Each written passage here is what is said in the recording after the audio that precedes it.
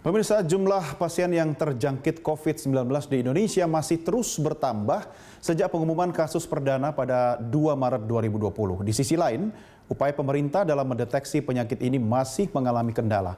Salah satunya lantaran masih adanya ketimpangan dalam pemeriksaan virus corona di daerah.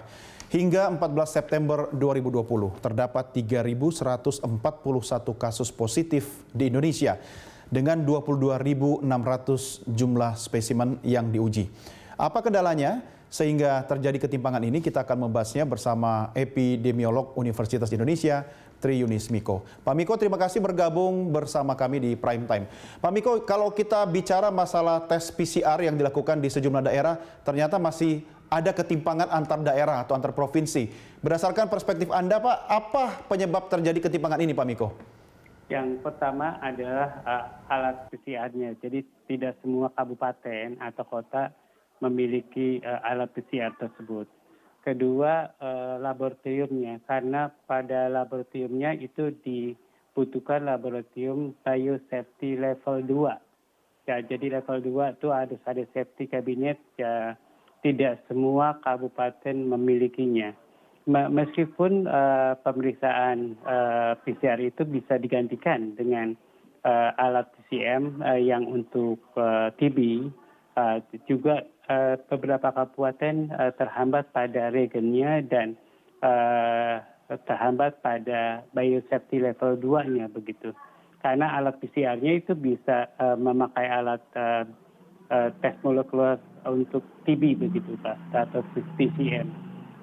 Tapi tetap biosafety level 2 atau lab-nya memerlukan lab yang biosafety-nya level 2 begitu. Jadi tidak semua kabupaten. Jadi dari 514 mungkin sebagian besar kabupaten tidak memiliki laboratorium yang tingkat biosafety-nya level 2 begitu, Mas.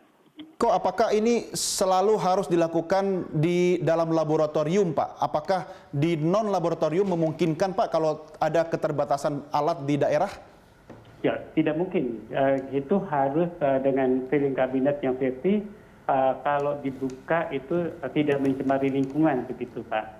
Jadi kalau di laboratorium yang biasa saja, atau di safety level 1, atau di laboratorium yang biasa, maka lingkungannya akan tercemar. Kalau lingkungannya tercemar, mungkin akan mencemari semua orang yang ada di gedung itu begitu. Ya. Jadi tidak mungkin dilakukan pada laboratorium yang lebih rendah dari biosafety level 2. Betul, Pak Miko, kita tahu kan di beberapa daerah provinsi atau ibu kota provinsi dan kabupaten kota ada berdiri laboratorium swasta yang biasanya menjadi mitra rumah sakit, Pak. Apakah laboratorium ini bisa di-upgrade fungsinya mungkin dengan penambahan perlengkapan tertentu sambil menunggu kelengkapan fasilitas laboratorium di daerah, Pak?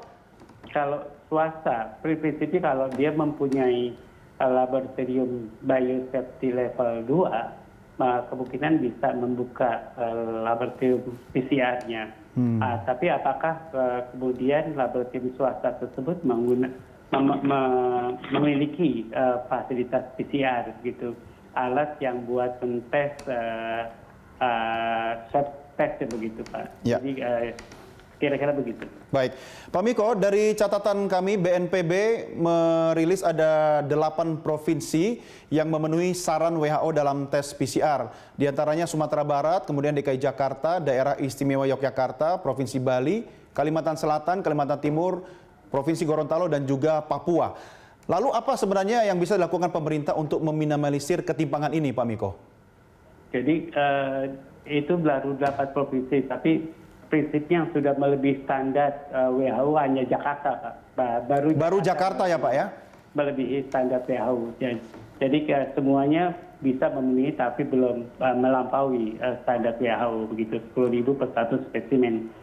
Kemudian yaitu karena pada prinsipnya provinsi lain selain 8 provinsi tadi yang Bapak sebutkan, itu kabupaten-kabupaten atau provinsi sendiri tidak memiliki laboratorium yang selevel. Tapi setahu saya ada 16 provinsi yang memiliki BTKL atau paling tidak Labkesda yang sudah punya laboratorium dengan biosafety level 2 begitu.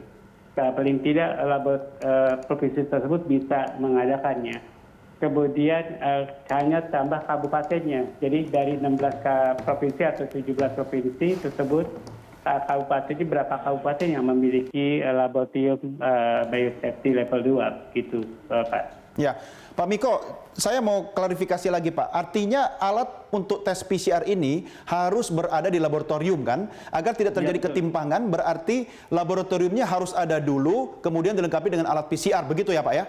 Betul, jadi laboratoriumnya juga buat barang yang safety levelnya adalah level 2 begitu. Keamanan levelnya, keamanannya pada kontaminasi itu level 2, tidak mencemari lingkungan lain di luar laboratorium. Oke, baik. Pak Miko, terima kasih sudah bergabung bersama kami di Prime Time. Sampai jumpa dan tetap sehat Pak. Sehat, alhamdulillah. Terima kasih. Pemirsa, demikian tadi diskusi kami dengan epidemiolog Universitas Indonesia, Tri Yunis Miko. Prime Time segera kembali.